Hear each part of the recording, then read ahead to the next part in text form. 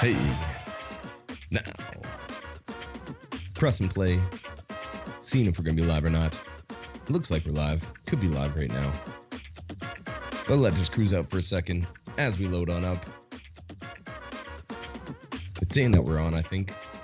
I'm pretty sure, though.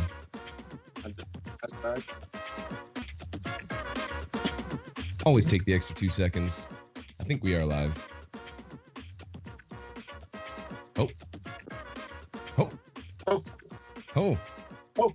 It looks like we are live. All right. What up? Ladies and gentlemen, right here, episode 52. 1 year anniversary since we started this, Beyond the Beats, official SBX podcast. Thank you so much for continuously tuning in. I see you guys in the chat, so thank you for tuning in. Once again, it's your boy Scott Jackson hosting this up. But thank you. It's 52 weeks, man. It's been a full year. Yeah. A lot of cool stuff happening currently. A lot of crazy wild cards are out there right now. A lot of crazy wild cards are coming out right now for solo, loop, all these different categories for the World League Grand Beatbox Battle 2021. SBX Kickback Battle just finished up. There might be some new stuff coming up. You guys have to make sure you keep tuned in and watching. And yeah, I'm just happy. Episode 52. Yeah. With that being said, we don't have that much time with this gentleman today, so we're going to try to make the most of the time that we have together. So we have Mr. Kenny Urban, a.k.a. K-Herbs, repping for K-Pom, representing for the Beatbox House, Mosaic, Missing Element Show, currently crushing it, working with the boys on that, repping for Beef AF, repping for Asleep, and throwing it out there for the old school PVA Entertainment. Come on, everybody. We have the one, the only Grand Beatbox Battle champion of champions, man. My good friend. Happy to have him on here. But Kenny, what up, dog? One more time. What's poppin', my guy? Kenny Urban. I'm in the house. You literally in the house. I'm in my own house, stuck here. You know how Yeah. How are you doing, man? It's good to see your face. Good to see you, man. I'm doing well, making the best of our Yeah, I for some reason your audio's cutting a little bit in and out there. I don't know what's going on there.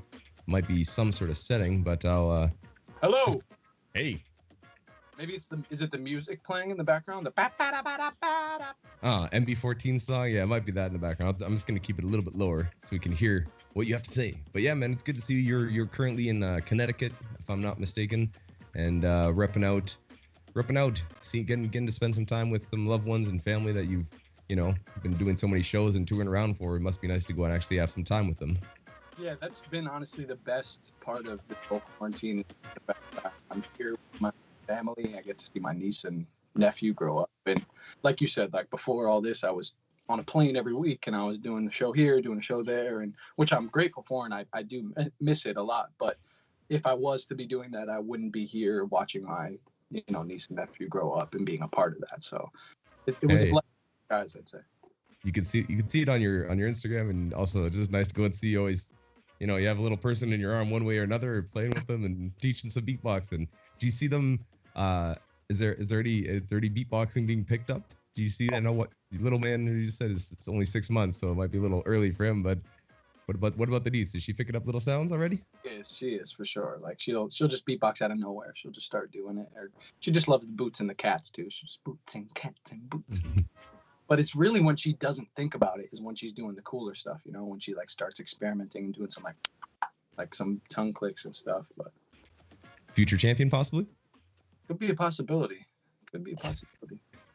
All right, real quick, once again, episode 52, we with Kenny Urban right here live and direct. I hope you guys are gonna have yourself a fabulous time with me and my good friend Mr. Kenny Urban. If you have any questions, put them down in the chat. The homie Heidfeld's gonna go through, pick out some of the best questions. But once again, just like most people do, this gentleman has a schedule to keep. He's got stuff to go and do, so we're gonna try to make the most of the time that we have together.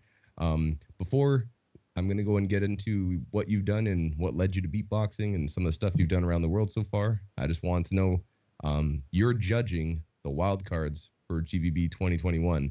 Thus far, what have you thought of the ones you've seen so far? And just comments on how it feels to be a judge and having so much. There's gonna be so many rather to look through. So what are gonna make? What are things you look for as a judge to stand out in this wild card competition? I mean, geez, I've been seeing some amazing stuff. I'm actually trying to wait to watch them all until they're all submitted in. But obviously, I've been sneaking a couple in there, especially the ones that are getting big hype. But geez, there's some stuff that I'm seeing that's just like, I'm amazed. Like, beatboxing is transcending, man. It's making me feel old school, you know, and like, which is crazy because like, damn. But as a judge, I'm just looking for stuff that makes me go, wow, like stuff that I feel like is transcending the scene and bringing beatboxing to that next level. What I see a lot of people are doing, which I really love, is they're making like full songs and routines, kind of almost similar to, reminds me of what Gene did back in 2015 with Jigsaw. I feel like he definitely influenced the scene a lot, just with that, not only with just his style, but just the idea and concept of making a full piece that, you know, it's a song and it's a piece, you know. And I see a lot of beatboxers doing that now, where they include a nice melody and maybe even some lyrics, but they also have their hard drops and crazy technicality and flow. And not to say that you need that to get in, but there's some people that are doing it really well. And I think that's what Grand Beatbox Battle is all about, because, you know, it's a showcase battle. It's about showing what you can do and showing what beatboxing is. And I'm just amazed by what's happening and inspired. So. Yeah, that stuff's been blowing my mind. I'm not going to go and shout out specific ones, because if you shout out one, then you're going to forget another one. That's amazing. But everybody out there putting wild cards, and they're doing such a crazy job. The level's so high, and you can just see it over time. That's how everything in the world works, that national progression and just progressing and pushing the scene. So I love to see it. And you're going to have some tough decisions to make, my friend. You're doing the solo category, right? I am. So I'm actually judging the wild cards, and I'm also going to be judging the competition in person, which is awesome. Hey, it is now. So how you doing? Hey, there you go. Another first every time. You know, people sometimes let stuff slip here, but I might be seeing you there as well. You never know. Hey, you might be there on stage. Who knows? Hey, now someone's got to go and say stuff loud, and you know. Another thing I was gonna say before we jump into this too, when's is there battles out there? Because I'll go through your battle careers and stuff. You've had a very long battle career, from online stuff to in person and all around the world, and success and Grand Beatbox Battle Championship wins and all that other good stuff. But is there a part of you that wants to jump in and like go and approach another battle and maybe get back into the scene battle wise? Because you battled as recently as when stuff kind of shut down, basically. But I mean, like, is there a competition that's still on your radar where you're like, I want to go and win that one, or I'd like to go and throw my name in, like my hat in the ring for this? If I was to do it again, it would probably be the Grand Beatbox Battle. But obviously I can't do that this year. But probably just GBB. Definitely my heart is not in battling anymore as much as it used to be. I used to like want to battle and, you know, get my name out there and, you know, try to win stuff. But I'm definitely in a different place in my career where I want to, you know, put beatboxing out there in a different way.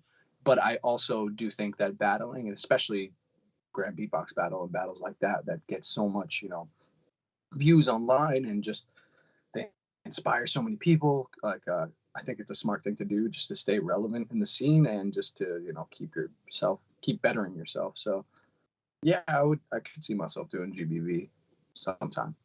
And I take it that possible stuff with K-Pom and or Beatbox House, there might be other competitions you'd be interested in. Yeah, that's definitely always a possibility, for sure. All right. Well, I'm looking forward to see you not only on stage as a judge and performing, but I definitely want to see you again battling, man. And you got that aggression on stage, and I love that. Yeah, I got to bring it back. Speaking of bringing it back, let's bring it way back to old school first things of Kenny coming out, and from different interviews and stuff I've seen around, you mentioned that you were always, as a kid, into making noise, playing piano, singing songs. Your mom was musical, so you were very musically inclined growing up and making sounds. All of a sudden, you said you were at your aunt's house and you saw your cousin Tim C. He was beatboxing, and you were like, oh, that's really cool, because he was the older cousin. Yeah, man. I remember that memory, actually. I don't think he would even remember it. I actually told him it not too long ago. But yeah, it was something that I was always just a musical kid, singing and rapping, and beatboxing was just something I heard. It was my cousin just boom. And just from that second, I just remember looking like, whoa, that's awesome. And, you know, growing up in the era where YouTube was just getting started and like all these platforms, I just looked it up. Actually, I didn't know what beatboxing was when I was doing it until a little bit after, when someone told me, hey, that's beatboxing. And then I started searching it up. I saw people like Rozelle.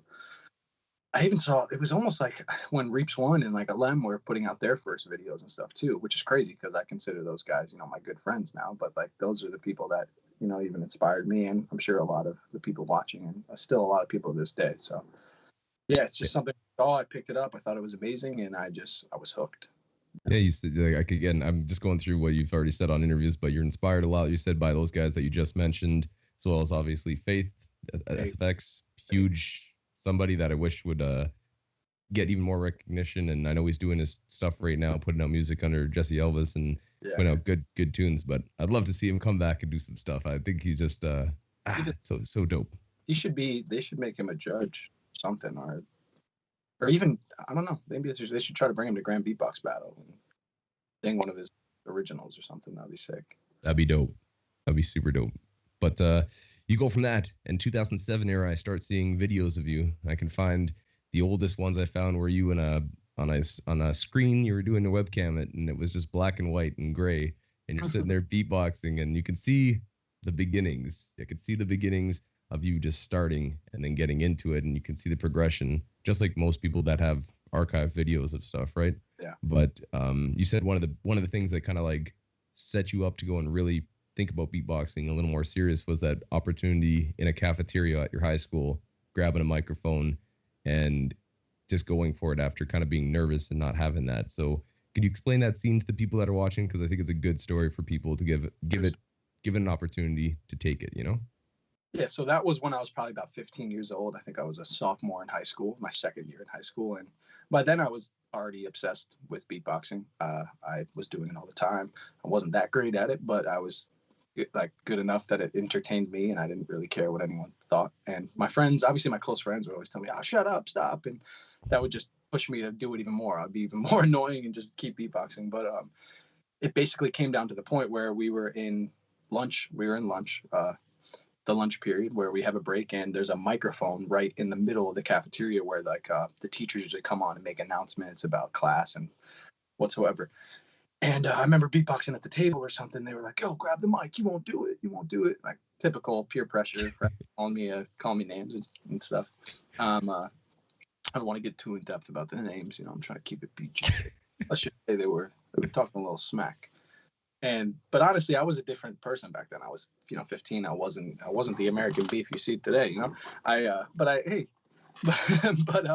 Basically, they kept going, go, grab the mic. You won't do it. And I really didn't want to do it. I was super nervous. I'd never been on a microphone before, but I did it. They pushed me. I was like, you know what? Screw it. I went up to that mic. I did a little Snoop Dogg, drop it like it's hot, classic. And the whole cafeteria went crazy. Like girls were dancing. Everybody was, I remember even seeing the principal. He was like standing like in the side of the room, and I looked at him while I'm doing it. I just like glance over and I see him, and he's like bobbing his head like he's cool with it.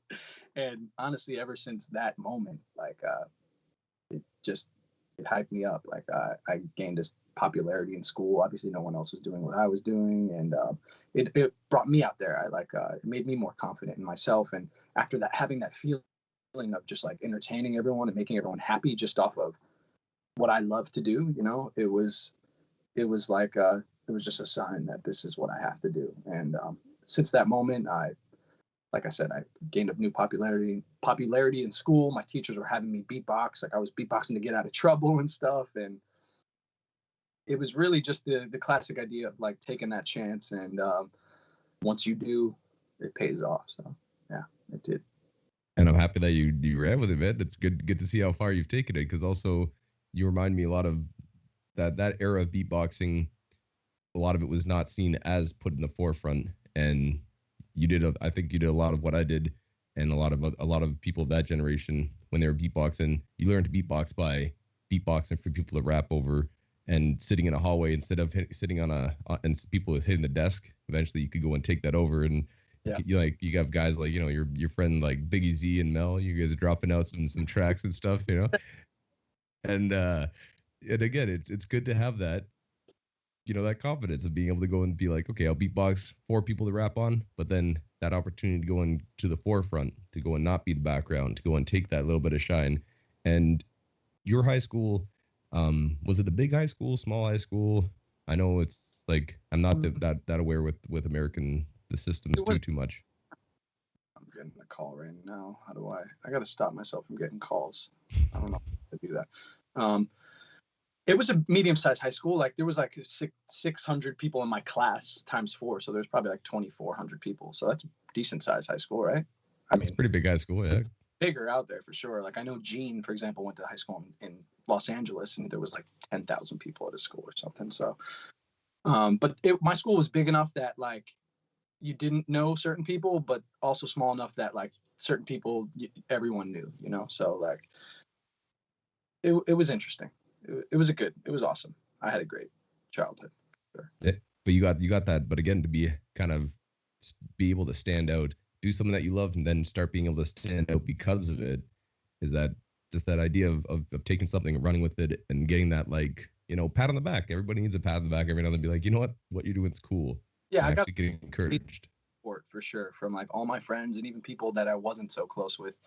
Like, ironically, even now, well, obviously, just because I've done so much over the past, 10 years, I was just at a little house party my friend had this weekend, and it was like all people that I from my high school that I haven't seen in a while, and like it's cool just the love they show me. Like when I show up, they treat me like I'm like a celebrity, which in my head I'm not. I'm just another guy who's doing what he loves, and obviously I've built a following, but it's just cool that people still appreciate it. They're happy to see me doing what I have been doing since then, and they show me almost too much love. Like they make me feel too cool, It's like I'm still figuring this out, You're pretty cool.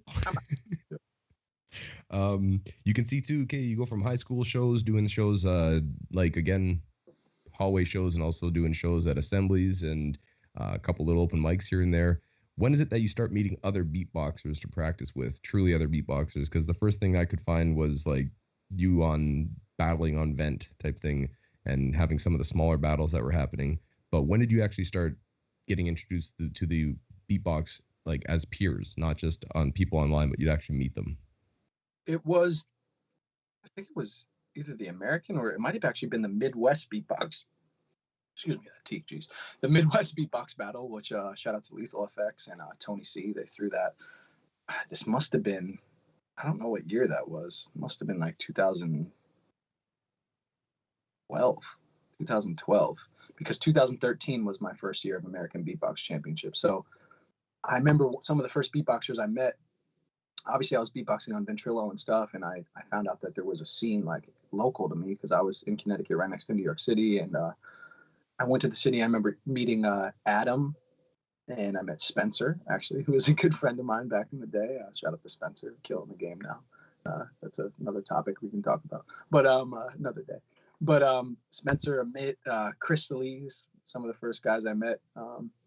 And I went to the Midwest Beatbox Battle. It was super random. Like they were just taking a carpool, 8-hour drive from New York to Ohio. I ended up in the car with like MC Beats, Adam, and Daichi.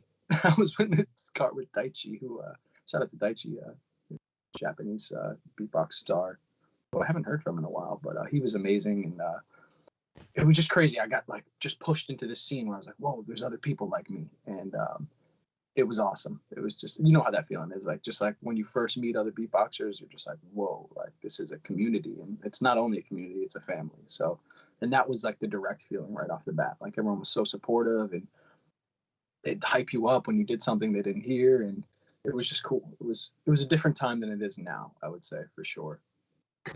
Yeah, well, especially now due to the lack of live events, but I definitely think that I remember that 2012 Midwest, and then coming over, it was 2013 is the first time you jumped into the American champs, yeah. And by that time too, you're already starting to link with people more often, starting to go and build those connections to go and practice, and it's just that generation of American beatbox that you're part of is just so defining in the game, and the way that you guys took it, and we're like, now we got to run with this and build each other up, and you can see having it someone like Napalm, just right off the top, your partner in your crew, but you and him have had a back and forth battle for I don't even know how long now, where you end up in the finals of American Champs, Grand Beatbox Battle, Great North.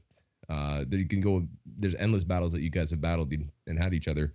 How important is it to you to have a guy like him to go and push you? And how important is it to have kind of those people that you're close with? You have that, that love, affection, friendship, all that stuff. But then it also pushes you because that person's always getting better. You need to get better. They need to get better, and just go back and forth. I think it was incredibly important.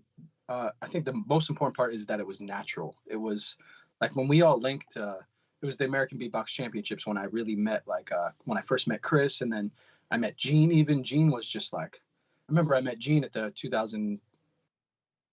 it was 2012 American Beatbox Championships. That's actually the first event I went and watched. And I think that's the year that Rizmic won. Yeah. Which was another controversial year for obvious reasons. But when we met, we just became friends so instantly, and just like the vibe was there, and we just were there just to share beatboxing and like just have a good time and chill. And sure, like in the back of everyone's mind is like, damn, I can't do that. I got to learn how to do that. Or like, you want to be as good, you want to be as good as everyone else, or if not better. But the most important part is we were just having fun and like just chilling and sharing and like jamming, and it was something new for all of us. So we were all just excited and pushing it, and we mostly just became great friends through it all. And then is when we decided, okay, we need to form a crew out of this, because we just love chilling with each other and making noises. And we were all kind of like the oddity out of our own friends groups, and like we were like all that weird guy, and we all got to come together and be that weird person together. So. But it's important, especially with Neil. Like Neil, he's like a brother to me, and so are the other guys. But Napalm always had that urge to like just battle and be the best and win. And he's obviously great at it, one of the best in my opinion, if not the best. And having him was definitely a great thing for me to push myself. We have differences when it comes to certain things. Like I don't care. I was never battling because I wanted to be the best. I never really cared to I never saw a battle and was like, I want to be the world champion. That never really was my goal. I just wanted to be up there with the other guys and like just do what I do, and win or lose, at least I'm doing what I love on a big platform. And that's really my goal. And it's still my goal. I don't ever really care to be considered the best. And at this point, I don't know if that would even be possible, but it's definitely important having those friends and that community to push you to be better, because we need that. Everybody needs that. Otherwise, I fully agree. So. I fully agree. And you can see too that by the time you get into 2013, 2014 is where you start taking at least good placings. Not winning big championships yet, but you go and get to battle guys like Napalm, get to battle BBK, get to battle, Bloomer, all those guys, and you start getting around 2 battles. But by 2014, that's when you start getting some bigger wins under your belts. Tag team champs for Unity with K-Pom and doing that, and coming back 2015. I'm so happy that you guys came up to Great North that first one, and like to see all of the people at the Beatbox House come up and just battle. Before that was really, really, really rolling and really getting shows. Super crazy. Yeah, that's definitely an unforgettable moment when K-Pom and Spider Horse were in the finals. That was the first Unity? I believe so, yeah. Yeah, that was an awesome event. That was just such a good event. The good energy, good crowd, good venue. Like, I missed that. Yeah, well, sooner than later. Sooner than later, when they finally open up borders and stuff, it would not be it's weird to say, it would not be a Canadian event without our American friends there. And again, you keep on going, you battle Sea Fresh in finals of Great North, you got Amit and the East Coast battle, you got a bunch of people that you just keep on battling. And then when you start going over to getting the opportunities to go over to Europe, another change happens. You go to 2014 Le Cup, where we stayed at Kim's place, and you went up against Big Ben, and we had that. It was cool. It was like yourself, myself, BBK. Who else was there? I think it was Bloomer was as well. Yeah, it was Bloomer, me, you. Yeah, I think that was it. Just Bloomer, us, you, and BBK, and that was the American squad, at least North America. That was awesome. That's so many memories about that. Like that was eye opening. I mean, that was your first international event as well, right? Or no, it wasn't. No, no. Sorry, You think you're old school? I'm old man Scotty. Don't worry about that. But yeah, you went. You were at, I forget what you were at, the like, which world champs were you at? The 2009, way back when. Okay. Yeah. Okay, yeah. I think I'm old school. No, but I was gonna say though, you this is also where you get your first SBX shout out with Babali underneath the Eiffel Tower. Oh my god. I was holding the mic for you. Well, was that my first one, or was my first one the other one where you're in the room with me and we're drinking a little vodka and it's American Beef. American Beef. That's the first American Beef. I'm doing the push-ups. Yeah, that was your second shout out. That was my second. Chronological. Oh yeah, you know better than I do. Well, clearly. But yeah, man, you start getting these shout outs, and that kind of puts you into that atmosphere. Once you get some of the bigger battles and get showcased in the bigger battles, that's where you start getting blown up, and you go to Grand Beatbox Battle 2015, where you do very well, very, very well in the 7 to Smoke, and you get to battle guys like Alem, Darney, those guys that first, some of the guys you said first really inspired you. So how was it for you to go that kind of full circle of now I'm on stage battling them? It was crazy, especially when I beat some of them in the 7 to Smoke, and that was crazy. It's hard to remember actually now, the feeling, but I just remember that I was just doing me up there, and I was happy, and I was just like, it's just all a journey. It's like, it sounds cliche, but you get what you give, and I just kept like putting myself out there and pushing, and like just taking every opportunity you can get, and staying humble, but also staying confident at the same time, having that nice balance of just like knowing that you can always be better, but also knowing that you are good, and just pushing yourself. And it worked. I mean, I got to battle some awesome people, and that definitely, it brought me to where I am today for sure. But that feeling was amazing, obviously, to be able to battle my people that inspired me to do what I was doing. So it's crazy how it comes full circle, but it just proof that it can happen for anyone. Any of you guys watching, any of you beatboxers, like, I was just a normal guy watching the videos behind the screen, and I just practiced, and I was like, I could do this. I can do this. And then you realize, like, it's a lot harder than it looks. Like, when you watch someone on stage and then you're behind your computer and you're doing something just as dope as them, is a big difference to being on that stage with the microphone in your hand in front of the crowd, mastering that technique and owning the crowd and the sound and your power and technique. And there's just a lot to it. But hey, if I can do it, anyone can. What do you recommend? Because you said that you were basically forced onto your first mic by your friends and goaded onto it, as it were. So what was the time and place? How did you start getting more confidence on a microphone? We kind of talked about it a little bit, but like now when I see you on a microphone, man, like that last what was it, last Canadian chance that we had you judging at the end there, you just kept on going and it was dope. You were like, yeah, just keep going, man. And you just felt so comfortable, so natural now on this stage. So what can you give for advice for people that are what advice can you give for people that are getting on stage and might feel nervous? What are things that helped you overcome that? You just got to do. At the end of the day, it's all about do. Just do it. It sounds funny, but really just put yourself out there. Like, when you have that knot in your stomach and those butterflies, just do it. Like, it's gonna feel better once you do it. And if you have that urge to get out there and be better, like, there's just always an opportunity for it. And it's only going to come from experience. Obviously, getting your own microphone and beatboxing at home is amazing. Like, especially if you're not beatboxing on a mic and you want to perform, you definitely need to practice that handheld, technique. Technique. Oh, yeah, there goes my whole setup. At the end of the day, it's all about do. Just do it. Are you doing that on purpose? Put yourself out there. No, seemingly, I think that's on. Wait, is that me? Yeah, I think so. Oh shit. Because I was watching the stream and I just unmuted it because my keyboard fell. But yeah, just practice, man. That's hilarious that would happen. Just do. You just gotta do. Just put yourself out there. Trust your gut. Your gut is telling you something always. When your heart or when your mind or whenever that feeling is happening that tells you to do something, and we all hold back because we all do it sometimes. The second you go and do that thing, it's gonna work out and it's gonna get better for you. So. Well, it's worked out so far for you, my friend. Yeah, I'm doing all right. We fast forward a little bit. 2015, world champs as well. Yeah, shit. I remember that. 2015 world champs, big part again of seeing that. Wiggle, wiggle. That's where the American scene comes back to life truly and gets represented very well with Kayla and Neil and you and just people seeing and getting that showcase of that American power comes back.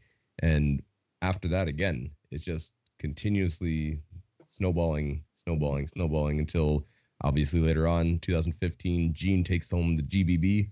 And then you come over 2016, take home a Grand Beatbox Battle Championship of your own. Oh. And then run that through 2017 next year. So yes, 3 for 3. 3 for 3, not bad considering America did not win shit, and then we won 3 in a row. So it's awesome, and it's not like we planned it. It's not like we were like, "Yo, you take this year, I'm gonna take this year. Let's work you up." Like we were just naturally just beatboxing, getting better, pushing each other, supporting each other, and it worked. I mean, it worked. And what is from when you saw the American scene when you first jumped in?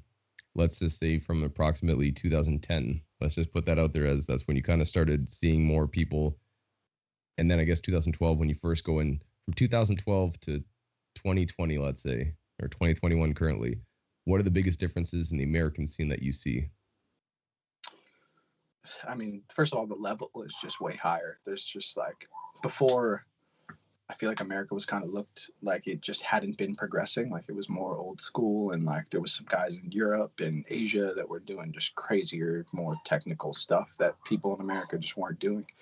And that just quickly changed. Like once like we started hanging out and chilling, and like once we kind of formed like the house, I feel like, you know, Kayla, Gene, Chris, Neil, myself, and even Bloomer and Mark and, you know, Johnny Buffalo. There was a lot of people back then that we were all just hanging out and pushing each other. And it just happened like that. Like we were just like automatically like, okay, we can hang with these guys. And not only could we hang, we eventually started beating them. So, but like I said, it's not like we wanted to be, we didn't want to, like, we didn't have the idea of let's bring America back and put it on the map. Like we didn't really have that idea. We were just hanging out and beatboxing. And I think the reason that we shot up so much is because we just started doing what the guys in Europe were already doing. You know, they had a tight community and everyone supported each other and pushed each other, and they would hang out all the time. And we didn't have that as much in America until we all started jamming and hanging out together. And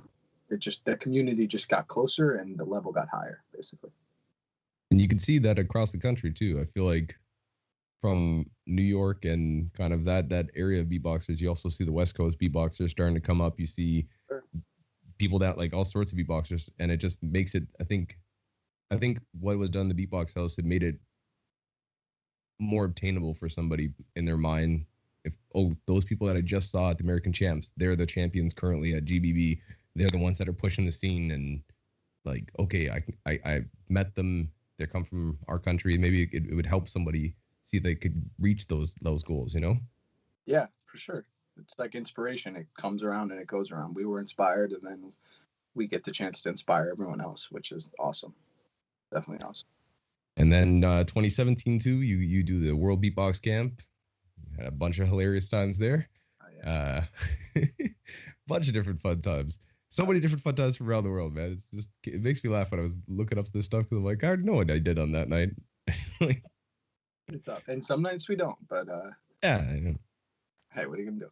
But yeah, dude, that's the biggest takeaway from all this is just the fact that I was able to stick with something that I love to do. And, you know, thanks to Swissbeatbox and American Beatbox and all these other organizations that helped me put my art on this bigger platform. But just because I stuck with it and met all these awesome people, like-minded people, like it just helped me, like you said, travel the world. And we've done so many awesome things. I've seen so many parts of the world. And for me, it's just the beginning. So, I mean, we have so much more to do and so many memories that I'll never forget in China, Europe, you know, like everywhere. It's amazing. Could you tell me just a little bit more about the American scene itself? Because just I wanted to know what your feeling is right now, the current state of it, because there hasn't been an American Champs and North American events kind of all stopped relatively. There's been one or two, but because of the stuff that's going on, we don't have those things. So could you kind of just say could you kind of just speak on what you see in specifically the American scene right now going on? Are there people that you're like, whoa, this new player, like new player has arrived. This person over here is pushing it. This person over here is. Could you kind of just go through anybody that comes to your mind and just the overall feel of the American scene, right? Current state. I think it's amazing. I think everyone is up like they're called. Jeez. Can you hear me? I can. Good. You disappeared for some reason. I wouldn't say anyone specifically just because there are so many, but I think because America is so huge, like people don't, I mean, obviously they realize that, but America is like, it's just huge. It's like the size of how many different countries over in Europe. Like, it's just amazing. So I think there's probably some amazing beatboxers that no one even knows about yet that are going to come out and just surprise everyone, kind of like how Inertia did, or Autical, or all these other amazing new school, you'll say, beatboxers. I think America is gonna like really pop off for sure, like it has in the past, but just gonna keep on coming, just because America is just kind of that place where, you know, you don't realize it when you're from here, but you like, this is the place that everyone kind of looks at, you know, like culturally and music wise and stuff. Like everyone listens to, you know, the rap music played here or singers here, and everything that's mainstream and popular.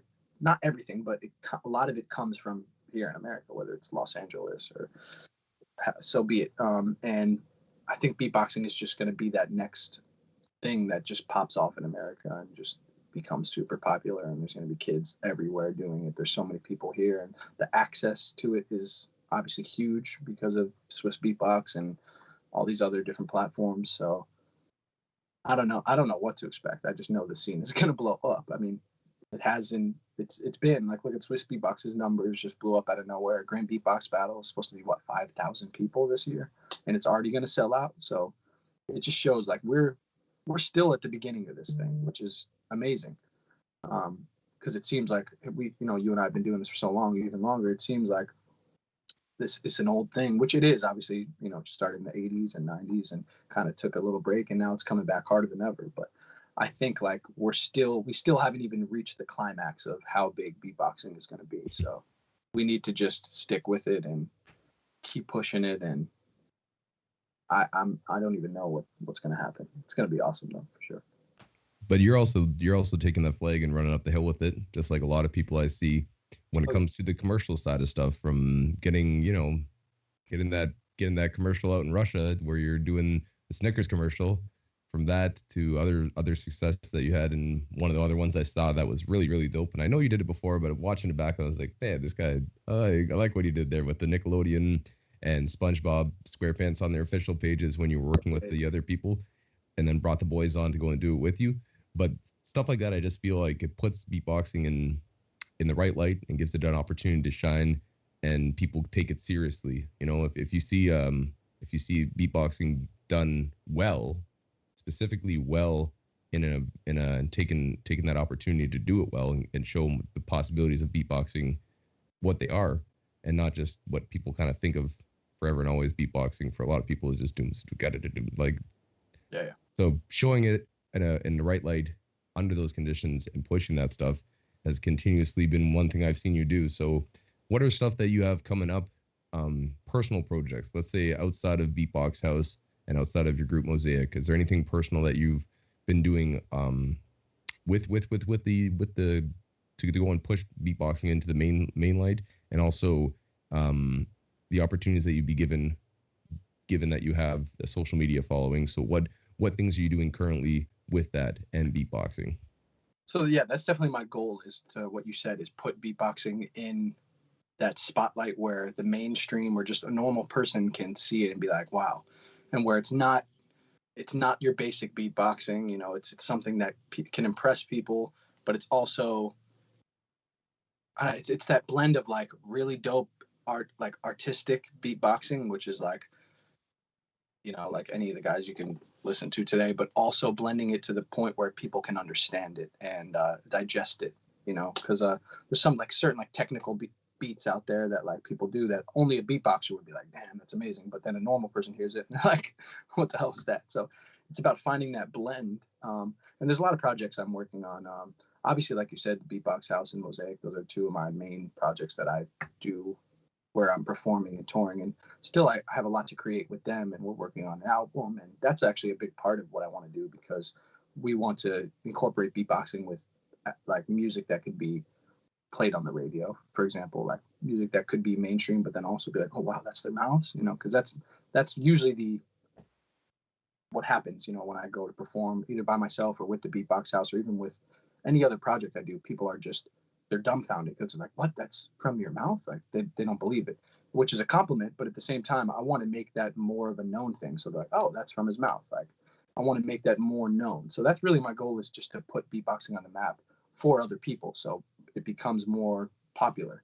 And obviously there's a lot of people doing that on TikTok and social media right now, which is a good thing. Like a lot of people talk smack about certain people doing, you know, corny or cringy stuff online, which I can definitely see their point. But at the same time, there's a lot of people doing stuff that is, it's spreading beatboxing even more to the mainstream. Like people, more and more people are knowing what it is now. And that's a good thing. It's a good thing if someone puts out a video, I'm not gonna say any names, that like maybe some beatboxers think is quote unquote cringy or like beginner level. And it might be true, but at the same time, that's 10 million other people that just found out about beatboxing. So then when they hear you do it the way you do, they're going to be even more impressed. So I don't know. I kind of went off on a tangent right there, but no, that's good. Basically, like you said, I don't go back to my social media following. I'm doing a lot of different brand deals. I usually do it with companies that I really enjoy. Like I said, C4 pre-workout supplement. I'm doing something with them right now. And it's cool because I built this following. Now companies want to work with me because they have the leverage of my following. I get to present that to them, say, hey, I have X amount of followers online. You can send me some product and pay me X amount of money, and I'll create this for you. And it brings my beatboxing to their brand, which shows, you know, all these other people that didn't know about beatboxing. And I also benefit by making a living, you know, off of beatboxing and also doing some cool shit. So. And beatboxing's been your mainstay, I know, for a good long while, from doing tours and getting promotional deals, corporate shows, all the things that beatboxers get.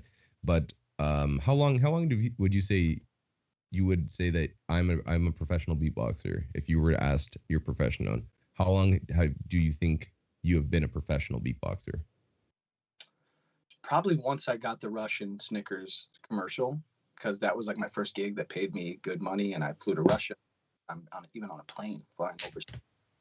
I think I was 19. Yeah, I was 18 or 19. So I was in college at the time, and I remember that was when I kind of decided to drop out of college, just because I was like, this is what I got to chase. Like, well, I'm studying like nutrition and criminal justice. Like, as much as I'd love to be a cop, you know, pulling people over with my mouth, which I did do. I just knew that, you know, I need to be an entertainer. I need to, like I said, going back to that feeling of, you know, performing in my cafeteria and just seeing everyone's face and just making everyone happy, just doing what I love. I needed that feeling for the rest of my life, and I don't plan on stopping. But yeah, it was probably around 19, so almost, you know, 9 years ago when I was like, this is it. This is what I'm going to do. And I haven't worked a normal job since. I've done odd jobs and helped my friends out and stuff, but it's obviously hasn't been an easy route. There's been ups and downs, but I've made my way since, you know, just beatboxing. And obviously, like as of late, especially before COVID, is like I was really killing it. I was performing every week. I would do a show with Mosaic. I'd come back and do a show with Beatbox House. I'd do a solo show at a club in New York. I'd do a collaboration. It was awesome. And I plan on getting back to that, obviously, as soon as times get better. But at the same time, I can't stay complacent. I got to keep working and doing more now while it's hard to, which is why I'm grateful for you to bring me on here and at least making me feel like I'm doing something right. You know what I mean?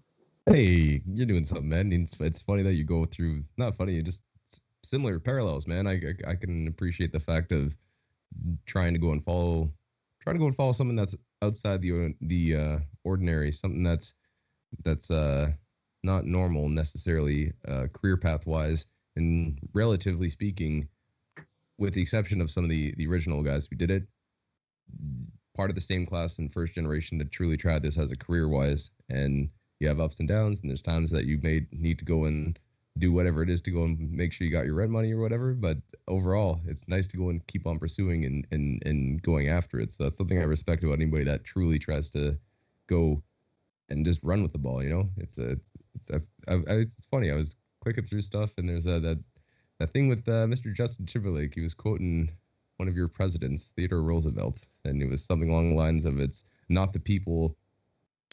This is a misquote, but let's just go into this state. Something along the lines of, "It's not the people who are commenting on the people that make the decisions, and the people that go for it, essentially. So the people, they're the ones that are going to be remembered, not the people commenting on what they did." So people out there, try your best. Yeah, well, that says a lot even about like the comments on YouTube where people get like, I don't know, offended or hurt by, because there's a lot of trash talk, but that's with anything. There's always going to be haters, you know, and if you have haters, that's a good thing. But like you said, it's no one's going to remember the shitty comments or the person who left that comment. They're going to remember the person in the video who killed it. So yeah, you just got to get out there and do it, basically. One thing you have to do is do. Just do. For those people also, where does do come from? Do is just something I I just made up. It was actually when I was on tour with Mosaic. Shout out to Mosaic. That's the acapella group I've been working with for the past year in Las Vegas, which is an amazing opportunity. Something I never thought I would do. You know, acapella. I was kind of never a fan of it especially when I was like battling and beatboxing. I just always thought acapella could sometimes be like just not transcending the scene, like kind of, I don't know. But I was wrong, because I met these amazing dudes that found me online because of my competitions and battles that I won and just videos. So shout out to Swissbeatbox for that.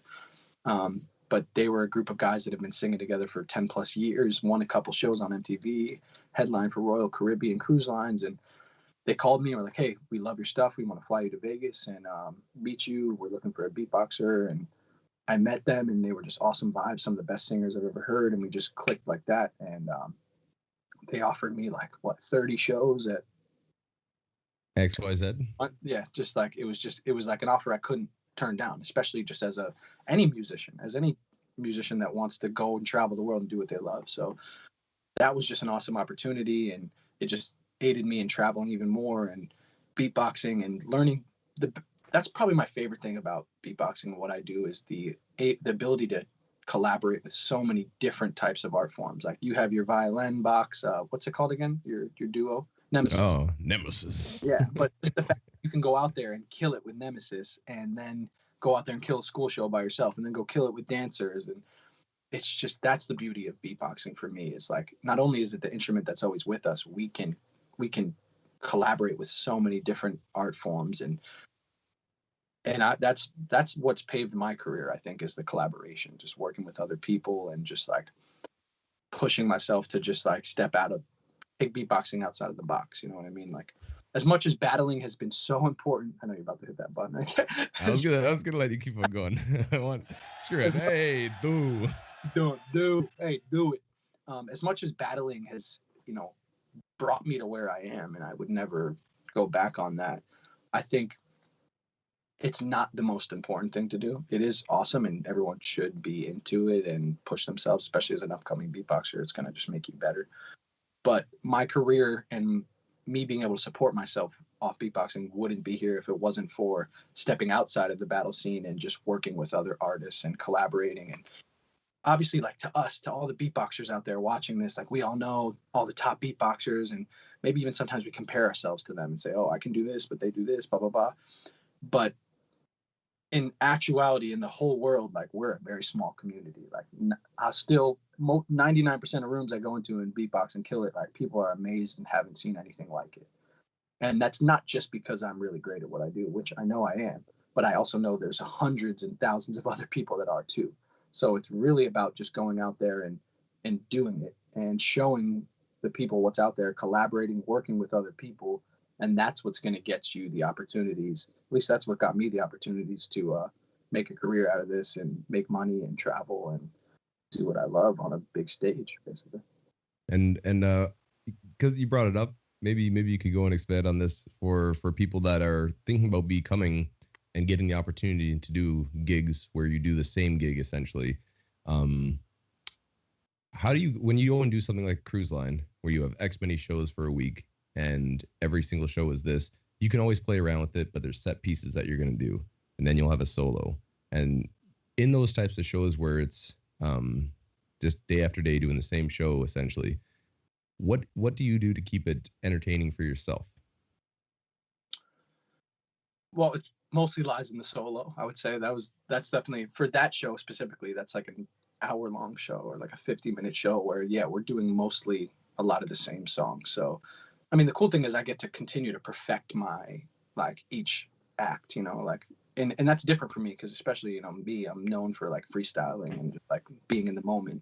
So being in a group where we're doing the same songs all the time was just already a switch up for me, but a switch up that I needed, to be honest, just to be able to have to remember certain parts and stuff and stay with the groove and stuff. But the awesome part is that I get to have my own solo for 10 minutes every show, which is kind of almost the highlight of the show. They build me up to the point where I get to beatbox at the end of the show and I have my own segment. And that's the part where I kind of just switched it up every time. Sometimes I do things that I know would kill it every time, but I would also leave a space to just freestyle and kill it and check everyone's reaction.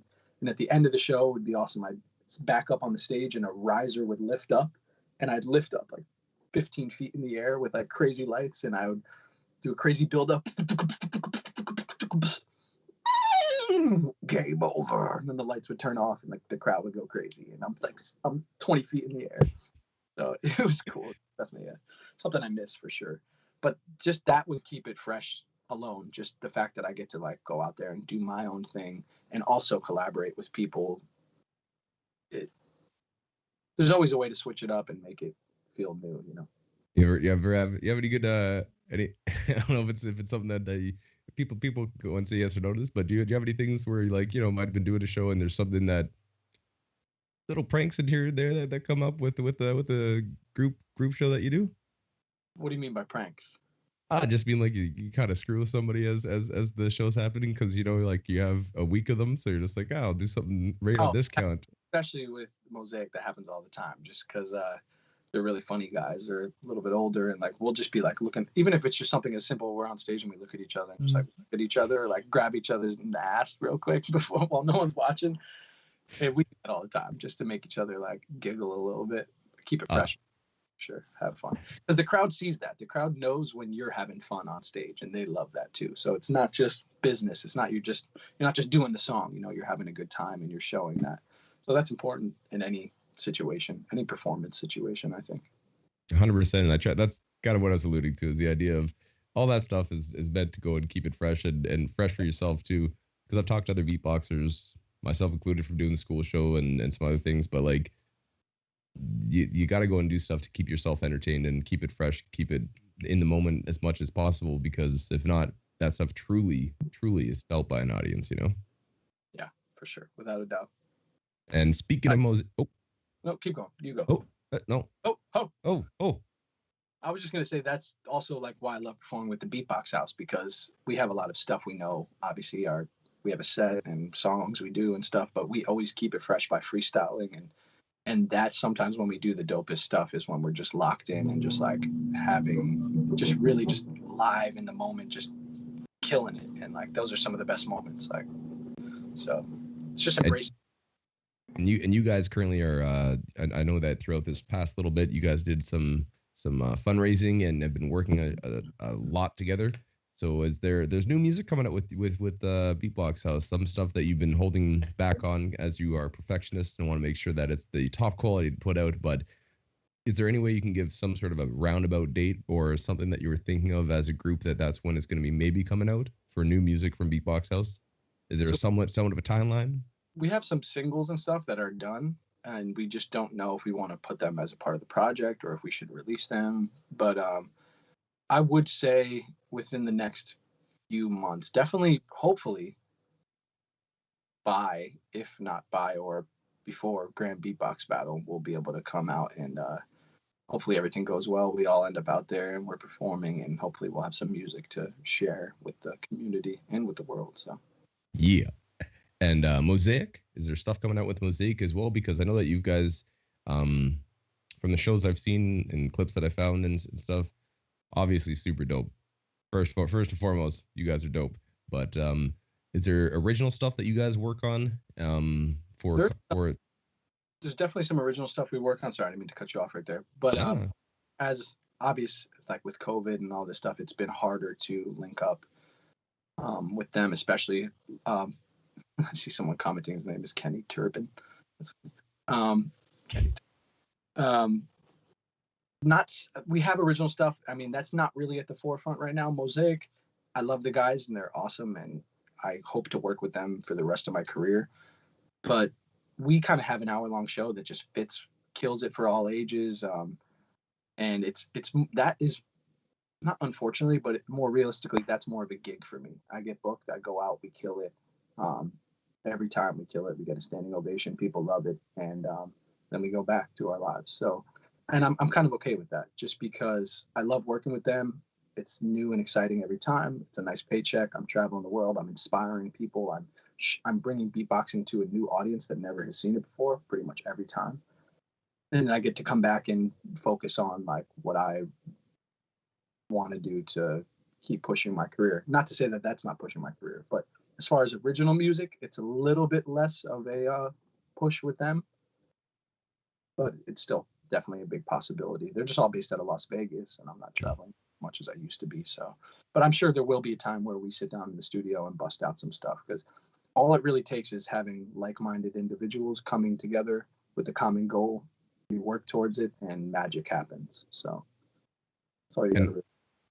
And what recommendations do you give to people? Because again, you have your hand in a lot of different things, you know, from solo, Beatbox House, Mosaic, working on commercial stuff, working on in music as well, stuff like you put out with shoutouts to Mad Twins and Ahmed when you were down in Darney when you did the IFS, and there was a bunch of different tracks that you put out and stuff that you're working on. So it's a question just in general. How do you find yourself managing your time? Let's say stuff gets back up and running and everything's the way it is. How do you find yourself being able to manage your time in between all these projects and keep your focus, and what do you do for scheduling for yourself? It's all about balance. To be honest, it's something I'm still working on to this day. I haven't perfected it. I'm not sure if I ever will, but it's about balance. It's really just about balance and communication. It's about communicating with, and that's the hardest part, is like staying on top of it and communicating with all the people you care about and all the people you're working with, and just finding time. But like I like to say, if there's a will, there's a way. If you want to do it, you can do it. You can make it work. It's almost like a relationship. Like it's going to have its ups and downs, but if you want to make it work, if both of you want to make it work, or how many people are in that project, you can make it work. It's just about doing this one thing, then planning on doing the next, and making sure you have time for yourself in between too, to take a breath. And like I said, I'm still working on it. There's some times where I feel like I don't want to do anything and I'm unmotivated. And then there's other days I wake up and I'm ready to beatbox and kill it and push it and make the next video. So you just got to try to stay positive and manage your time and just do. Speaking of doing, question for you that comes up all the time, but you can clearly see you're into fitness. You like getting swole on, get a couple American beef in there, you know, a couple LBs hanging around. What in your opinion, real quick, I'll ask you some other questions after this, but what do you find what do you find in general happens when you're solid on your workout routine, solid on your, you know, meals and stuff, and between health and beatboxing, where's the connection for you? There's a big connection. I would like to say being strong makes you more powerful as a beatboxer. I don't know if that's completely true. I mean, it obviously mostly comes from your diaphragm. So having a powerful diaphragm and breathing technique will definitely help with that. But I mean, it's as simple as our instruments are our bodies, you know, like and that's something that I've been kind of focusing on more lately, just with the whole like health wise, because obviously I eat pretty good. I'm working out all the time, but even as far as like partying or like, I don't want to get too much into that, but like we just got to balance, you know, and it's hard, especially as a live performer. There's a lot of what's the word I'm looking for? Not influences, but there's temptation, I should say. Like, especially when I was touring with Mosaic and performing and then coming back to perform in New York City at this club and then back with the Beatbox House. Someone just said, "Kenny, are you a narcissist?" I gotta stop reading these comments. It's messing with me. Yeah, fucking narcissist. I'm kidding. Where was I going? It's just about balancing and treating yourself right. Like our bodies are our instruments, and this is the only thing we're gonna be with for the rest of our lives. So why wouldn't you want to take care of that? To the best of your ability. And obviously, I like to eat. I love to eat food that's probably not good for me. I love to drink and party and all that sometimes, but it's really about finding that good balance of taking care of yourself and having a good time. And it's possible. I mean, I'm doing it for the most part. It's not always going to be easy, but this is our body. This is our instrument, especially as beatboxers. We are literally using our voices. So that's why I'm drinking tea all the time, honey, lemon, taking care of myself. And it's important. I wouldn't say it's so important to be, bench pressing 315, even though, you and I like to do that. And it's not going to hurt in most departments, but it's not so much about being super strong or jacked. It's just about being in touch and in tune with your body and confident and healthy and just pushing yourself to be better, which we all can do. 100%. And I hope that people heed the advice. Go ahead and do a couple things. Do some workouts. Do it. But if you got the time, stretch when you wake up, stretch a little bit. Do 100 push-ups, and everybody's got the time. You got the time. Do 100 push-ups. Do a couple squats, It's not going to hurt you. Take care of yourself, you lazy pricks.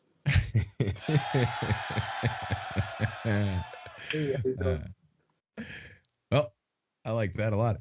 Let's continue on. One more thing before we jump into rapid fire questions. I wanted to ask you one more thing. Currently, the Missing Element show is something that you've been working on, where you've paired with many different dancers. I got to see some of the boys when we did the live stream here with Beatbox House, and you just released a video a little while ago. King Havoc was dancing with you, and in general, talk about that show a little bit and where it's going right now, because I know that you just, if I'm not mistaken, did get the opportunity to do it in somewhat of an safely spaced show of being able to showcase what it is. So kind of explain what's happening in that show and what people can look forward to in the future from it. Yeah, so that's definitely one of the more exciting projects that I'm working on right now with the Beatbox House, and even just individually with 5 awesome dancers from New York. And we built a whole hour-long show, 45-minute to an hour-long show with no words. It's all beatboxing and dancing. And we tell a story. It's called The Missing Element. It's about the 5 elements: fire, water, air, space, Earth. Can't forget Earth. But it's just a kick-ass show about that incorporates 2 big elements of hip hop, beatboxing and street dance. And it's just awesome. It goes back to what I said. It's just the ability of collaboration with beatboxing and how there's no limits. And beatboxing and dancing just happen to go so well together because they're both art forms that require to use your body as your instrument, and they connect, and they're all based on rhythm and hitting stuff. So I'm really excited about that, just because it adds a visual aspect to beatboxing that we don't always have. Like, we can be on stage and you can beatbox, and sure, we move our hands around, and most people are like, why is he moving his hands like that? But if we can do that and have someone that's like telling the story for you visually, and we're doing it audibly, it's awesome. And I'm definitely excited to share that show with the world. I think it has a lot of potential and just also because dancing is bigger, obviously. It's a bigger art form. It's been around for longer, and it's just more diverse, and it's awesome. We love dancing. Like, all the guys in the Beatbox House, we all just love dancing even more now, I think, just because some of our friends are just amazing at it. And it's just a really great show. I can't wait to show you guys. The Missing Element. The Missing Element. Coming soon. Shout out to the homies. Check us out on Instagram. Absolutely. Right now, because I know I'm checking the time, I know you have some time, but I want to make sure that we get through this. This might have to be a 2-part thing eventually, bring you back on for some other stuff, but let's get into it. Ladies and gentlemen, we're about to go and get into rapid fire. Rapid fire. Let's see if he's got it. Rapid fire. So rapid fire with Kenny Urban, and I also want you guys to go and start putting in messages. Heidfeld's going through, picking out some of the best questions that you guys have for Mr. Kenny Urban. So I'm going to put on the timer, just to go and do it, but I'm going to see if I can put it down low enough where you can still hear you. So, ladies and gentlemen, episode 52, 1 year full in. I'm here with Kenny Urban. We're about to go and do rapid fire. So let's get into it. All right, let's go. First question. Who is your current favorite solo beatboxer? Oh, I don't know. I just heard some stuff from River that really blew my mind. I don't have a favorite, though. Definitely not. Well, then these next 3 questions are going to be a little bit difficult. Who is your favorite crew outside of the Beatbox House? Very warm, dude. Who's your current favorite loop station artist?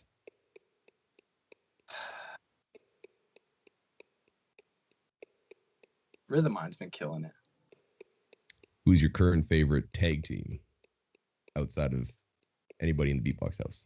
Oh, come on. Ooh. Sheesh. I don't have a favorite, dude. I don't like to make favorites, man. Okay, then let me who is a current tag team that you're very impressed by off the top of your head?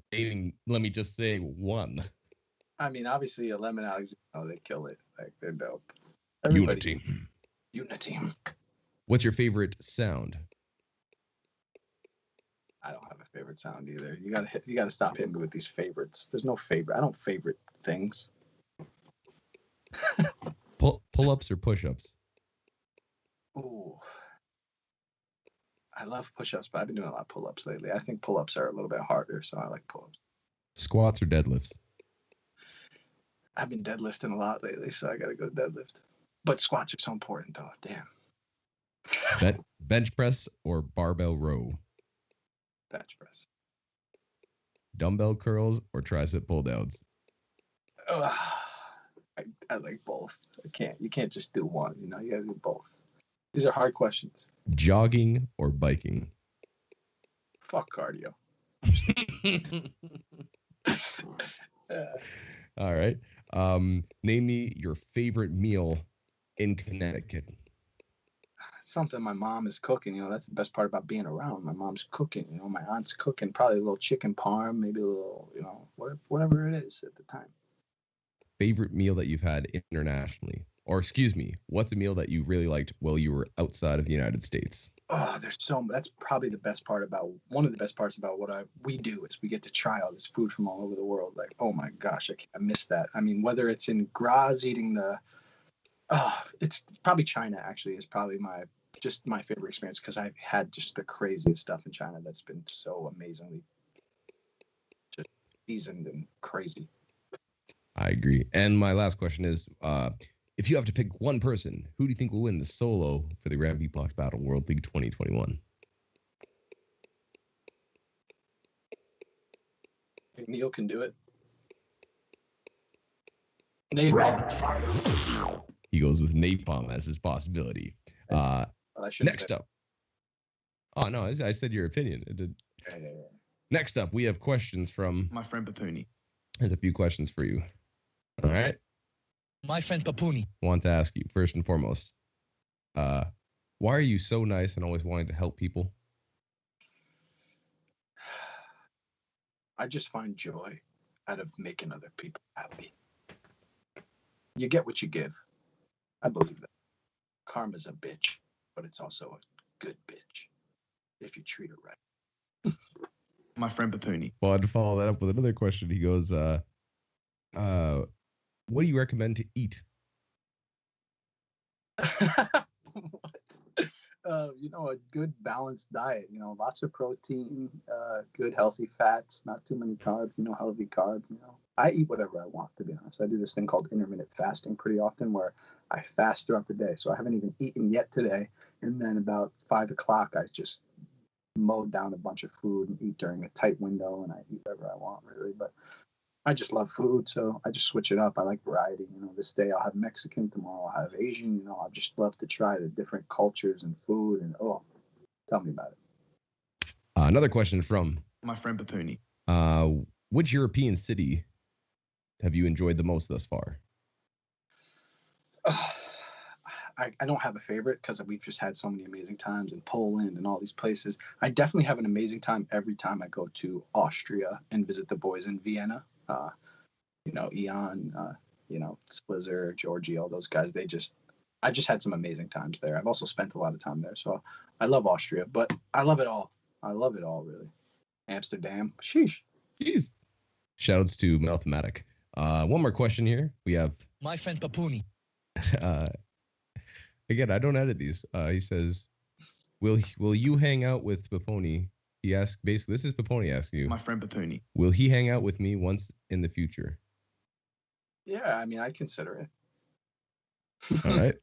Of course, I'll hang out with Piponi. What do you mean? I'm just asking what it's a list, man. It's a list.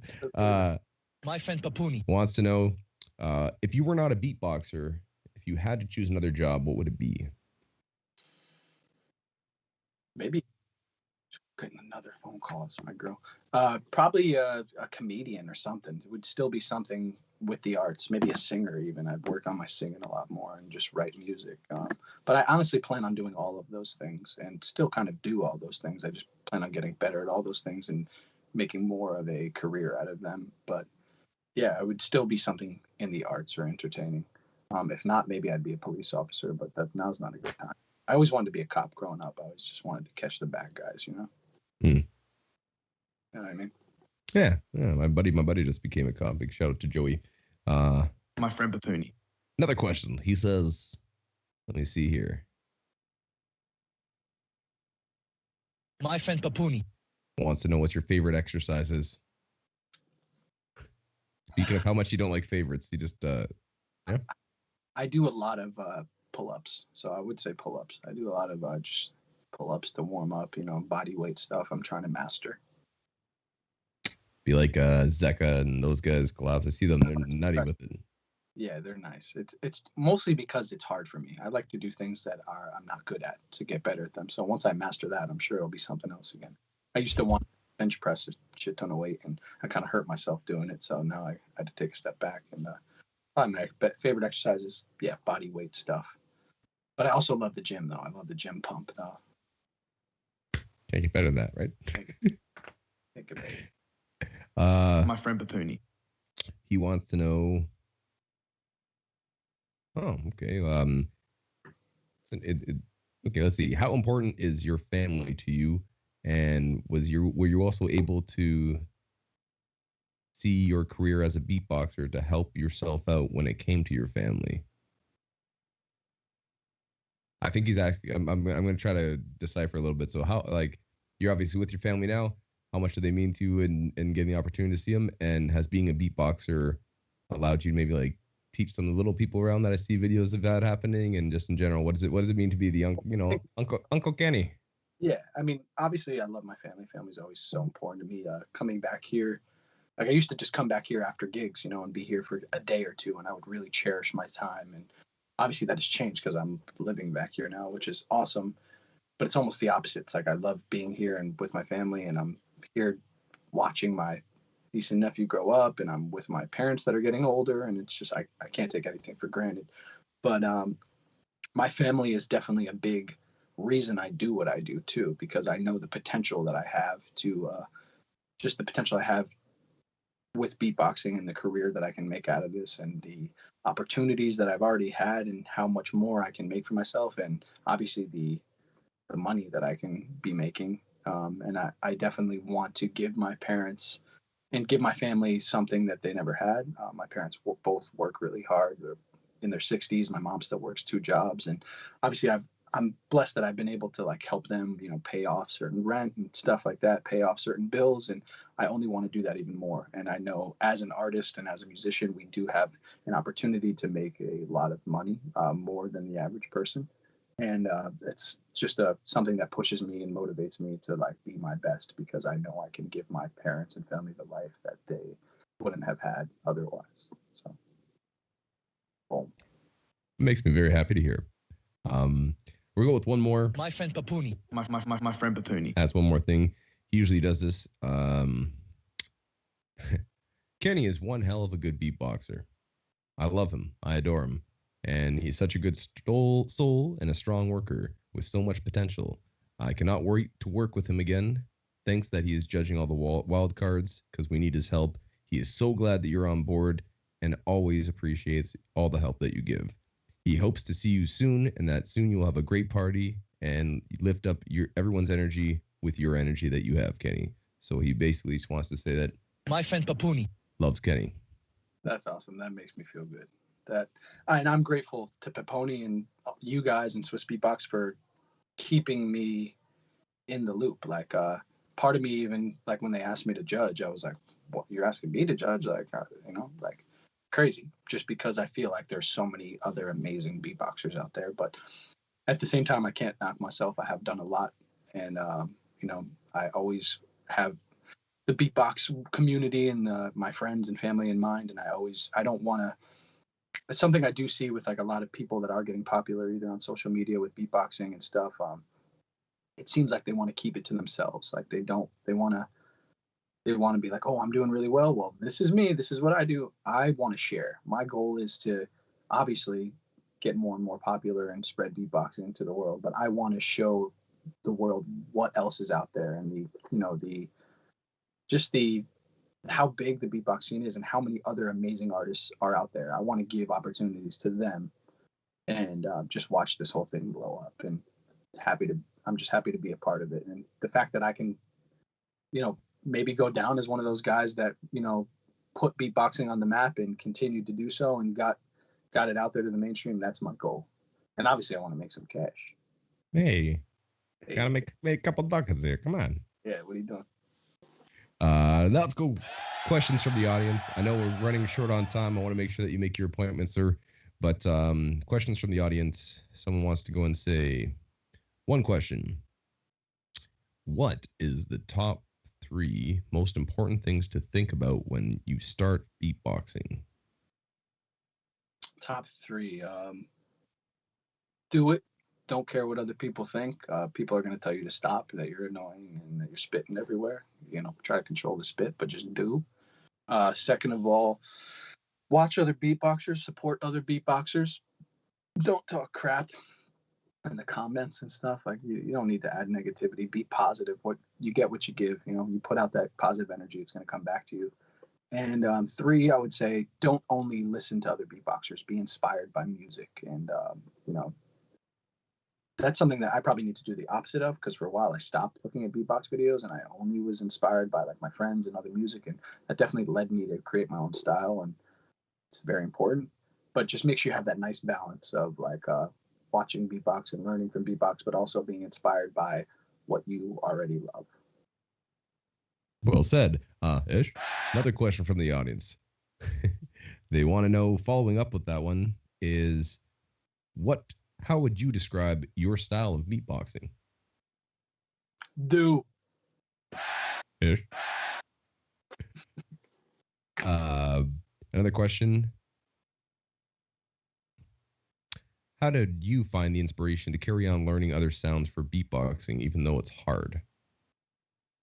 Fortunately, I have friends like this whole post snare crazy thing, which I really don't care about too much. But like for example, I go to chill with Gene and Amit and Chris and Neil and Bloomer and all them, and they're always like, everyone's trying to learn something. So it's obviously when your friend is doing it, like I gotta learn this too. But I wouldn't really worry about that. It's not obviously certain sounds like the lip roll and stuff. You want to know just so you can do it. But I think it's cooler to do something that no one else does than to be able to do something that everyone else does. So make your own shit up. Just do it. Just do. Don't worry so much about what everyone else is doing. Do what you do best. And it's good to get inspiration by somebody, and learn through mimicking is the oldest way and first when you do stuff. And you even said that doing some of the click rolls, doing the inward stuff that you were in Faith do, led you to go and try doing it a different way, and you made your own version of it. Exactly. So yeah, that's important too, and you need to do that. Like it's good to be inspired. I was copying other beatboxers to a T, like to get their patterns down, and there's nothing wrong with that. But always, remember, you can always put your own twist on things, and it'll happen naturally. Just like you said, I do the click roll and then I add a little air. That's how I started getting good at my, whatever you want to call it. And boom, bada boom, do it. You do. Yeah, just do. Basically, all you got to do is do. Another question from the audience. They want to know, Do you have a favorite color? Red. Solid. Do you have another one from our audience? They were just commenting on saying doing 100 push-ups or a few squats. Bro, do you skip leg day and just go pecs? Question mark. No, never skip leg day. I will admit that, sometimes doing legs is a little bit more, not stressful, but like you don't want to do legs as much. You wake up like it's easier to hit the bench press or do some lat pull downs. It's legs take a lot out of you, but that's half of your damn body. So don't forget about it. You know what I mean? I'm actually about to go do legs today at the gym because you just said that. So watch your mouth. I'm just delivering, Not you. Not you.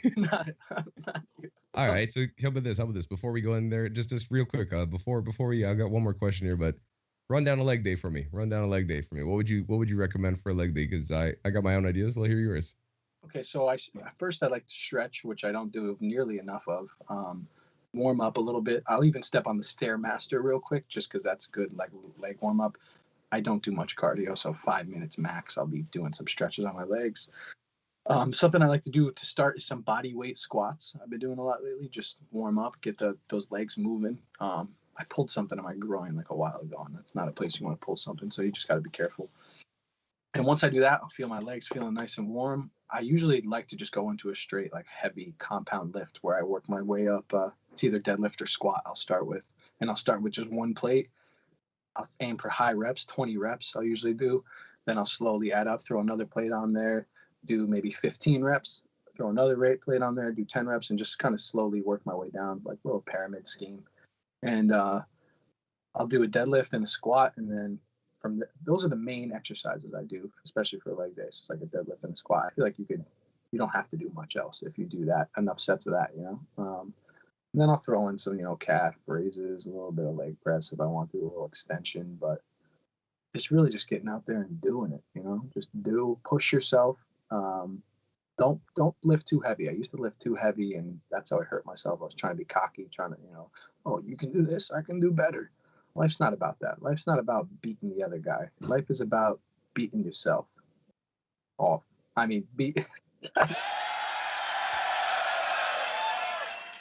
life, you're not in competition with anyone else. As much as it seems like that, especially in beatboxing, you're watching all these videos where people are doing amazing things that you can't do.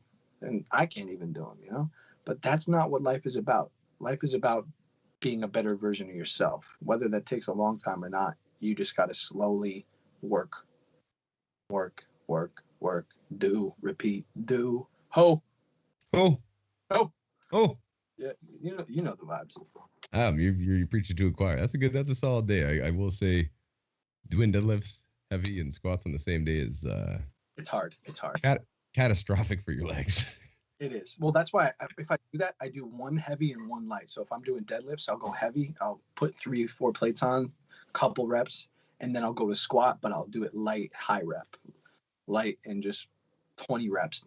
Ever do a 20 rep leg day? It's terrible, but it'll kill you. And you don't need a lot of weight. You're just doing 20 reps every time.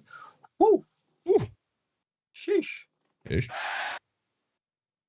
All right, I recommend you try my out of shape self. My good friend Joe there, he's in great condition. He's been trying to get me to do these burpee things, and good Lord, do they suck.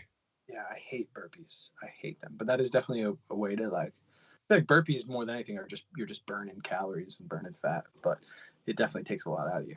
For sure. Not fun. So, anyways, ladies and gentlemen, get yourself to the gym. Kenny's about to go and do that. I'd ask more questions, but I want to make sure that you get on time because I think time is a valuable thing. You got a couple more. I just got to be out of here by like 4:45. Well, there's time for a couple more then. All right, another question. I'm going to go jump back in. Hydeville had sent me a few. You've already kind of mentioned this, but someone wanted to know, would you ever, other than Grand Beatbox battle, is there any other battle that you would want to jump into anytime? Would you ever consider doing like a version of the kickback or an online type thing, back and forth? I'm not too much of a fan of online competitions. I think the kickback changed my mind for sure because that was so high quality and so well done. But I just like being in person and just like, showing that energy off. You know what I mean? Like some things you got to feel it. You can't just look at it. You got to feel that person on stage killing it and hear it. I would maybe do like I'm not opposed to it. I would probably even do American Beatbox Championships one day again.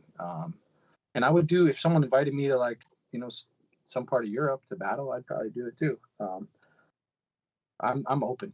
I'm open to anything that makes sense for me and my career, and to keep myself relevant in the beatbox community. Because, as like I said, as much as I want to push beatboxing outside of the community and make it something bigger than it is, I also still want to remain relevant within the scene. So that's going to probably take some kicking some ash and some competition. You know what I mean? Hey. I mean, American champs, that'd be something that you've come close to, and I feel like there's a lot of competition out there, so you'd have yourself a very tough go to the top. But if you could do that, I feel like you would be a good face for the American champion. Thank you. I appreciate that. Yeah, I might have to do it. I probably should do it. But I do. It is definitely I mean, judging though, like, obviously I'm blessed to be able to judge, but judging is a lot of responsibility as well, because you are literally deciding the fate of another person's potential future, you know. So I agree with you. Another question that comes in from our audience, someone wants to know, is the picture on the wall behind you where there's a card for a king. They're asking if that's you on the wall behind you. No, that's not me. That's something I painted with my lady. We like to, on a rainy day, we drink a little wine and paint together. She painted the queen over there too, so you can't see it, but just something we like to do that's just different, you know. Express yourself a little different, paint a little bit. It's not that great, but I had a good time doing it. Hey, I think it looks good, and if people have noticed it on the live stream, that means they like it as well. So maybe you're starting a new career as an artist as well. Maybe you'll be selling Kenny Urban paints. You never know. There's a lot I want to do. Let's see. One more question is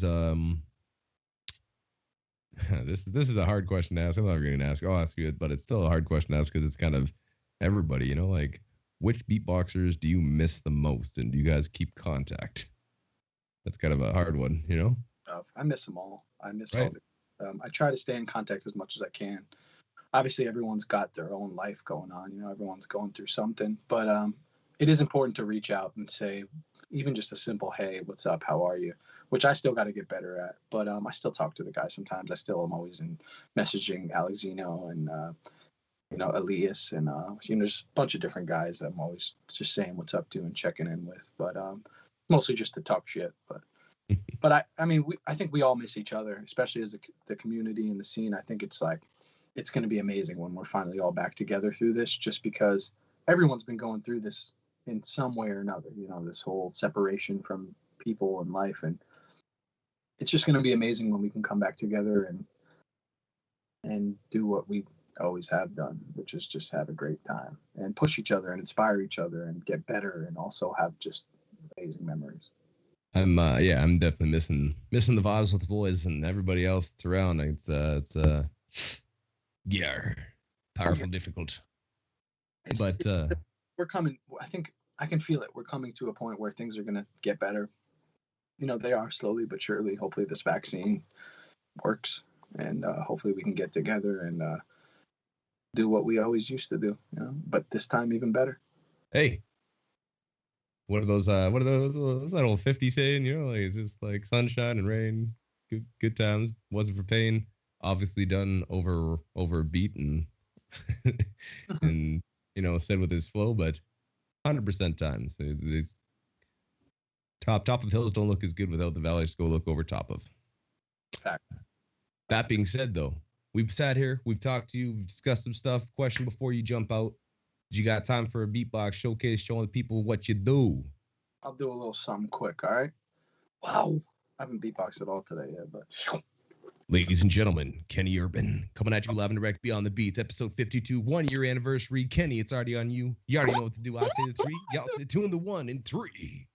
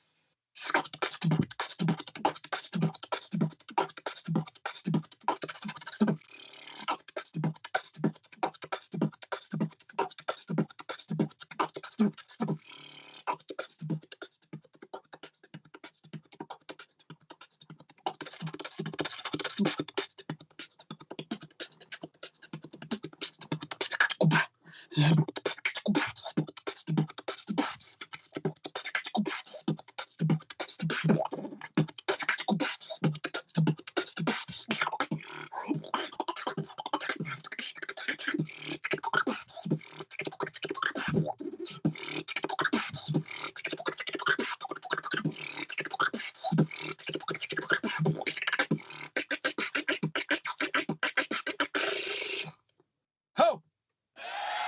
Ho! You know I got a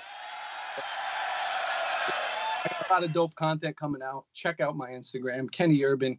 Got a lot of dope collaborations coming out with the Missing Element, with the Beatbox House, solo, maybe even with my niece and nephew.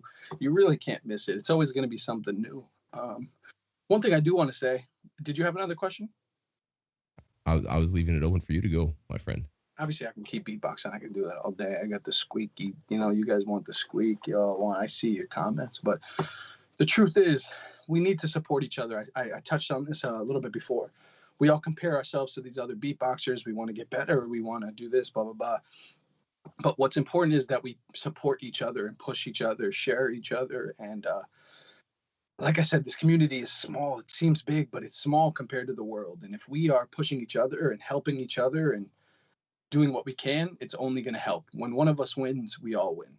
Like if one beatboxer, I mean, debatable, there's a couple I can think of, but if one beatboxer gets really popping out there and becomes a huge artist, successful and known by the world, it's only going to help other beatboxers, especially if they have that same mindset. So we need to, it's just a matter of time at this point with the talent and the level that this art form is coming to. It's really just all about going out there, pushing it, being supportive. Don't keep it to yourself. You know, obviously you got to do what you got to do for yourself, but don't be afraid to share and just give. You get what you give, so give back, you know? Give back. Do. Just do. And if you ever need another reason to go and love Kenny even more, he's provided with another one, my friends. Oh. Damn, these comments are hilarious. Kenny, are you gay? Yo, come on, Cristobal. People getting called out for their actual screen names. Yeah, Cristobal Toro, I see you. You know, I'm happy if that's what you mean. But Jovial? Am I into women? Yes, I love women. You know? Yeah, that's about it. Shout out to Kenny Turbin in the audience. Don't know who he is, but I like your name. Oh, man. What you talking, guys? I love comments sometimes. What you talking, guys? People just usually ask to go and hear beatboxing, and I'm happy that you came on and talked with me. Again, we got a couple minutes left. I don't know if you got another little bit of a beatbox for 1 second, if you want. Yow. Yeah, yow. Check it out.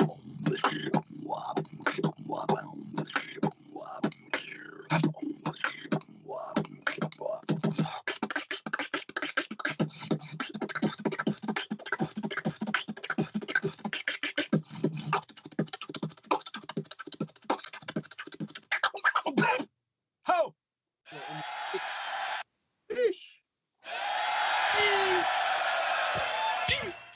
Hey, yo, but also, you're talking shit. If I was gay, that wouldn't be an issue. That was to a Chris, whatever. Yeah, Chris, I'm talking to you. Listen, gay, straight, in between, I don't really give a shit. And you shouldn't either. Worry about yourself. If it makes you happy, then do it. Don't worry about anyone else. If I listened to what other people thought, I wouldn't be here right now. You know how many people told me, you're making noises, you're spitting everywhere, you sound like shit. If I listened to those people, I wouldn't be here where I am today with all you guys commenting on me. So, you know, do you. And if you're gay, Cristobal, it's okay. Come out, buddy. Everyone's going to respect you just the same. Probably even more. Do. Ladies and gentlemen, once again, Kenny Urban, go and follow him on Instagram. Go and hit up the Facebook page. Check out Beatbox House on YouTube. Support Mosaic on Instagram as well. The Missing Element show coming out. Solo stuff coming out. He's got a ridiculously cute little family going on where he's going to bring them on to some of the videos. So make sure you look out for that. And aside from that, is there anything else that you want to say before you jump off here and jump into the gym to get yoked? I just want to say peace, love, and beatbox. Shout out to Scott Jackson. You're the man for doing all this. You are doing more than probably anyone I know in the whole, like, you're just killing it, bro. And I'm happy to call you not only a fellow beatboxer, but a best friend that I know we will be for the rest of our lives. So, fuck yeah. You got a friend up here in Canada, and at some point in time, come on over. We'll spend some time in the old garage there and just get some couple reps and have a barbecue. Yeah, have a barbecue, make some content, couple reps. We'll just do what we do. Dude, trust me, as soon as that border's open, I'm down to come over. So. Hey. We'll go up north. I'll take you to a place where there's a boat. I bought myself a boat. I'll pick you out water skiing. We'll show you how to do that up Canada styles. You got a new boat? Like a boat? Yeah. Not like a new one, like new to me. But I mean, well, new to you, that's all that matters. Yeah. A little bit of elbow grease on that guy. It's gonna be running nicely. Oh yeah. Well, I'm down to help. Hey. Let's get these borders open. Let's do it. Hey, talk to your. I'm gonna talk to Biden. You talk to whoever you got. JT over here. Yeah, you talk to JT. I'll talk to Sleepy Joe. All right. We'll tell him to go and sit down and figure it out. Yeah, let's sit down and figure it out. All right, ladies and gentlemen, once again, right here, live and direct. This has been episode 52, 1 full year, Beyond the Beats. Thank you for all tuning in. I'm going to keep this up. I hope you guys have enjoyed it and enjoyed checking out, learning about all the beatboxers from around the world. I have no intention on stopping. I want to keep on going. So please look up, send some messages on these videos, people you want to see in upcoming episodes, things you want to be talking about, just thoughts in general on it, because I'm also, first time I've ever tried doing a podcast. I've done it for a year now, and I'm always down to learn, so people have recommendations of how to get it better, how to improve, you let me know. Aside from that, call your loved ones, call your friends and family, tell them you love them, keep your beatbox sword sharp, and yeah, we're all in this together. Make sure that you check in with your friends and family and get that beatboxing going. And at the end of the day, make sure that you just do. I love you, Kenny. Love you too, man. We're going to go and sign off like that. Whoa. Ladies and gentlemen, episode 52, Beyond the Beats. Once again, 1 full year in. Thank you very much. Subscribe to Swissbeatbox, and that's time. Podcast.